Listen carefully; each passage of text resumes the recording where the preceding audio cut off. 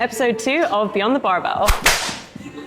So I'm joined today by Keilin Coleman, and we're lucky enough to have her on the podcast. And I say we're lucky because you're jetting off in a few days to Georgia for your next competition. So are you excited for that? I can't wait. I'm so excited. It's been like a really long training block now, so I'm ready to get on the platform and kind of do my best. How's the preparation gone for that? I mean, I saw on your Instagram a few days ago you were snatching and all sorts. Yeah, so no, it's been like it's almost 16 weeks I think since my last competition, so it's kind of been a nice big block of like consistent training. I feel like I've been putting in the work, like been getting stronger. I can clearly see like the progression, so yeah, I'm really happy with how prep has gone. Are you hoping for any specific numbers, or when you get to the competition floor, do you just kind of see how things are going, how you feel on the day? No, I have like my snatches have kind of been hit and miss lately, so I'm kind of, that one will be get into the warm-up area, see how they go as I'm warming up, and then kind of go from there. I would like to have like open at 93 and then maybe build, like do 3 kg jumps every time if I can, and then yeah, I have a plan for my clean and jerk. I would like to hit like open at 123, then go 126, and then 129 would be the goal.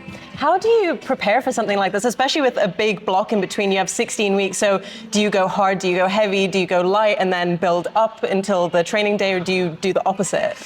So it's like over the 16 weeks, it's just been mostly a constant build. I have a deload thrown in there as well, so like almost like a good few weeks of building, and like kind of improving techniques, so improving positions in my snatch and my clean and jerk, building weight on my squats, so like back squats, front squats, all that stuff. And then for last week and this week, so this week is my last kind of big training week, I'll keep everything the same, just kind of lower volume, still heavy weights, but lower volume. And then when I get there, I'll just kind of wait and see what my coach gives me, and then that'll be that. Yeah. And how do you work with your coach? I believe you have a new weightlifting coach. No, I'm with the same coach now at the moment. I've been with the same coach for the last 6 years, Emma Cage. She's actually from Northern Ireland.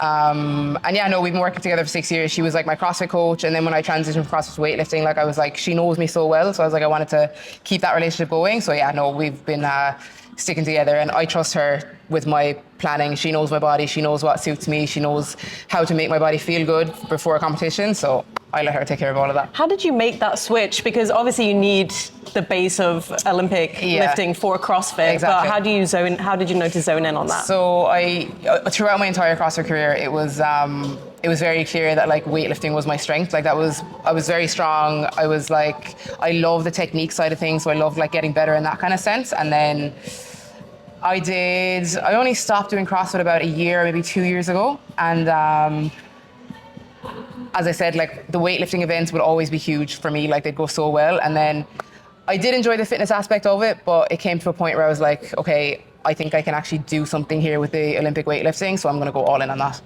I did see you at Turf Games in November. I saw your lift. I was like, who is this cool girl? I was like, I need to know who this person is.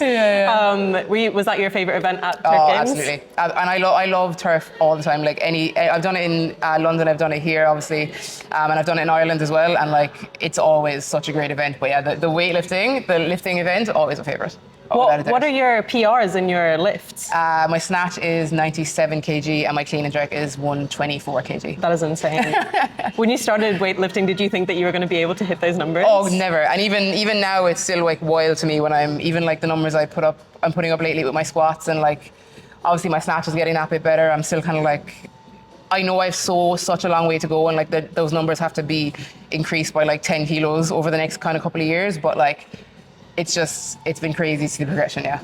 Have you faced any adversity coming into weightlifting as a woman? Because like personally for me, like not even on the athlete side, but on the media side, I was booked to do like an MC gig for a weightlifting competition. And then last minute they told me, oh no, the organizers want a male voice because it's a male sport. And I'm kind of like, in this big age that we're in, like weightlifting's for everyone. No, I actually honestly no, because I think especially in Ireland, like the group that's there, like we have Like the girls in Ireland, like I've got so many friends just from like coming into weightlifting, like the people who do weightlifting in Ireland, and like the girls are so cool, like they're so strong, they all just hype each other up, like it's just such this like great community, and like it's definitely being more encouraged, especially like I imagine across most weightlifting clubs around the world that it's being encouraged, but like we're trying to get girls in, like we want girls to do weightlifting and like realize that like you can be strong, like you can do this, you can literally do anything you want to do.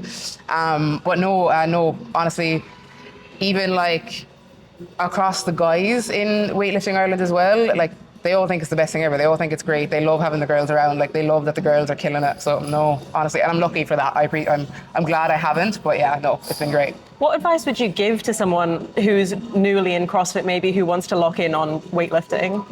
Probably just patience more than anything. It's such a technical sport. Like I remember, even because I wasn't even focusing on weightlifting at this point, but I had just started CrossFit, and my uncle owned the gym that I started training at, and he was trying to teach me how to do a clean, and I cried. I actually cried because I'm kind of like a perfectionist anyway, and I could not figure out what he was telling me to do. I was like squat and pull and get my elbows up, and I was like, what is going on?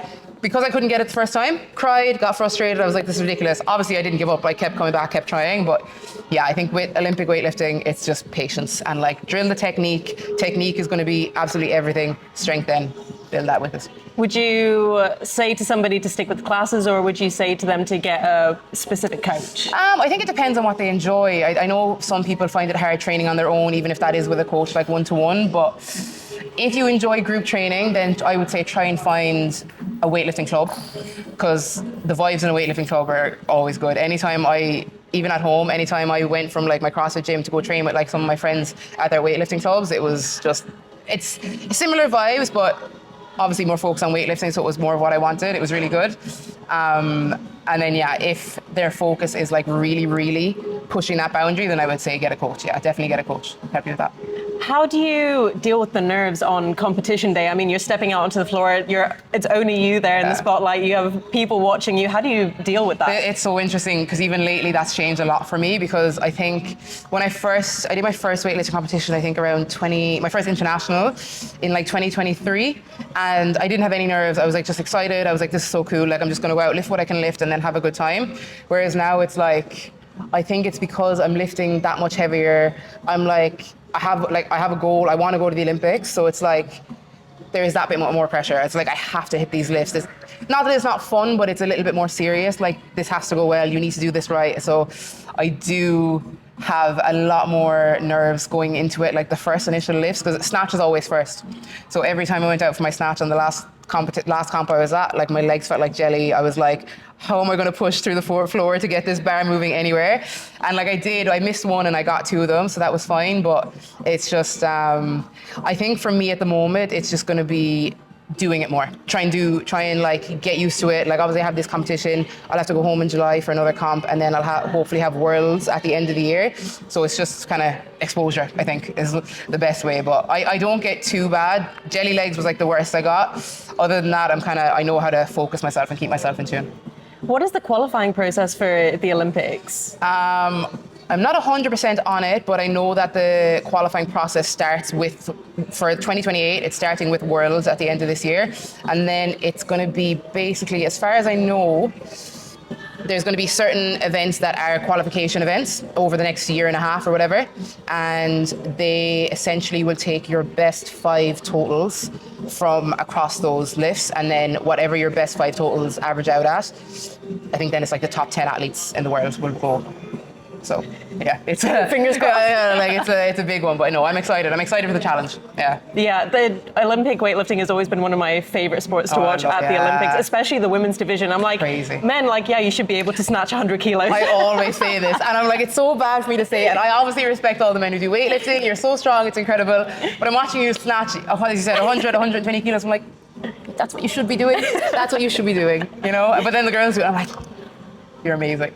Literally, and I was watching, I think 2 years ago at Dubai Fitness Championship or Challenge. Yeah. Sarah Sigmund's daughter did like 100 and something clean and jerk, and I was like, wow, like wild. Just insane. Yeah. And even like, it's so cool to see, I think, as somebody who's made that transition to weightlifting, the CrossFit girls, like they're obviously doing much more than just like building their strength and doing their technique. Like they've got gymnastics, cardio, all that stuff. They're so strong, and it's so cool to see. Like it's so cool to see how strong CrossFit women are getting. It's insane.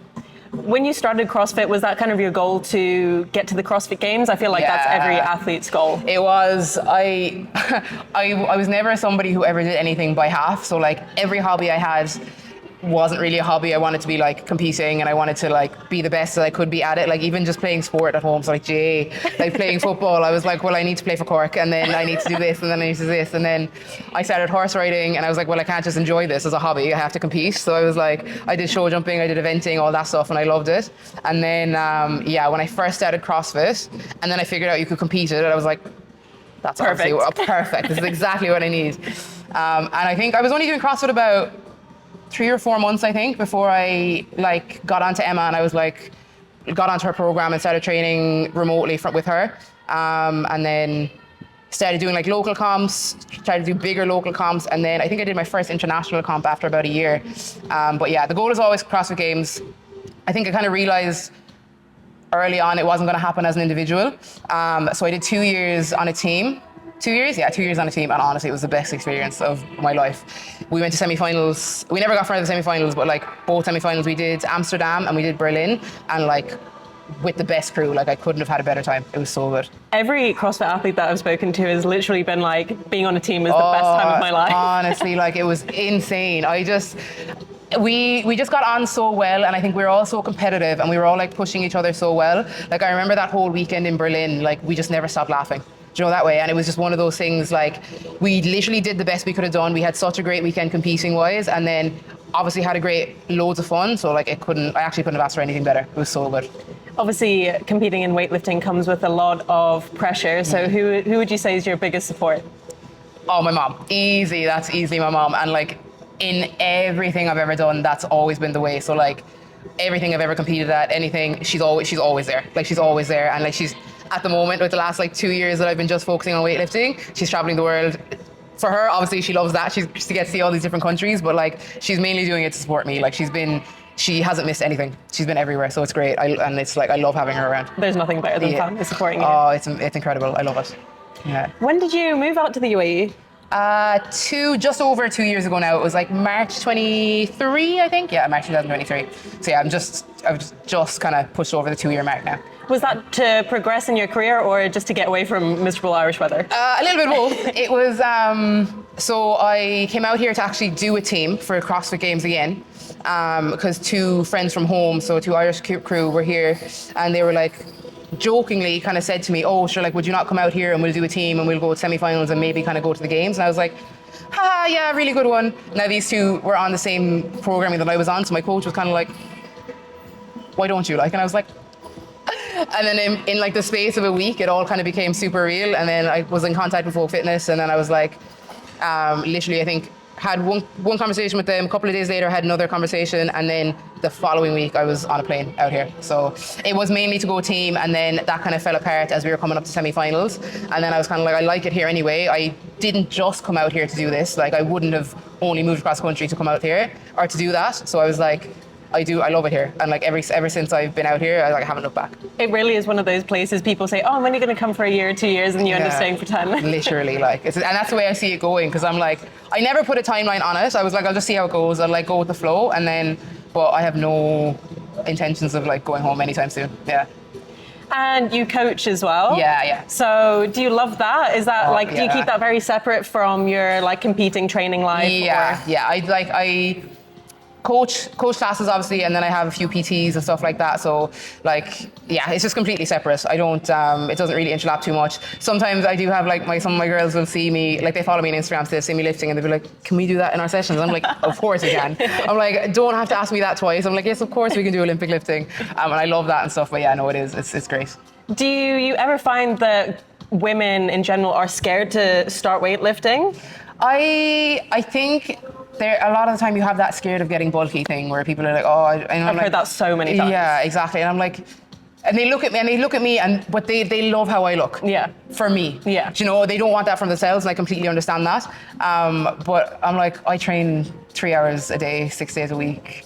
I'm like, you're not gonna look like me from doing 2 hours a week. I'm like, it's not going to happen. That's not the way it works. But I was like, they see my legs and they want those legs. They want to get strong. So then we like work on squats. I show them Olympic lifting, and then they do get kind of frustrated almost the way I did, which is really interesting to watch. But like when they kind of get it and then like the technique starts falling into place, they get really excited. So no, I think most of the PTs I have, they just want to focus on like leg strength and they don't really kind of get into the technical stuff. But the ones that do branch into it, they end up really enjoying it. Yeah. What would you say is the most important basis for starting Olympic weightlifting? Would you say training hours in the gym, nutrition? Oh, I'd say, yeah, the basic stuff like nutrition and sleep always for literally anybody doing any sort of training, nutrition and sleep.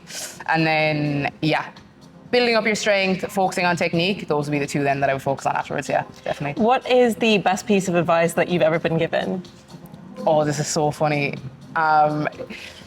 So one of the coaches from Weightlifting Ireland who like travel around with us to these competitions, he says it all the time, and if he sees this, he's going to laugh and he's going to be delighted that I said this. But he always says like it's meant to feel heavy, and like in correlation to like weightlifting, it's one of those things where you're like, especially when you reach kind of those higher levels and like the bar is always heavy, like it's going to feel heavy, you still have to lift it. Like you can lift it, you just got to do it. This is how it's supposed to feel. And it's one of those things that always sticks with me when I'm kind of like maybe on my last lift on the platform, or I'm reaching my heaviest weight in my back squat and I'm like, it's going to be heavy. And that's just the way it is, and you just have to deal with it. But yeah, it's one of my favorite things and it always stuck with me. Thank you so much for joining me on the second episode of Beyond the Barbell. Love it. Thank you so much for having me.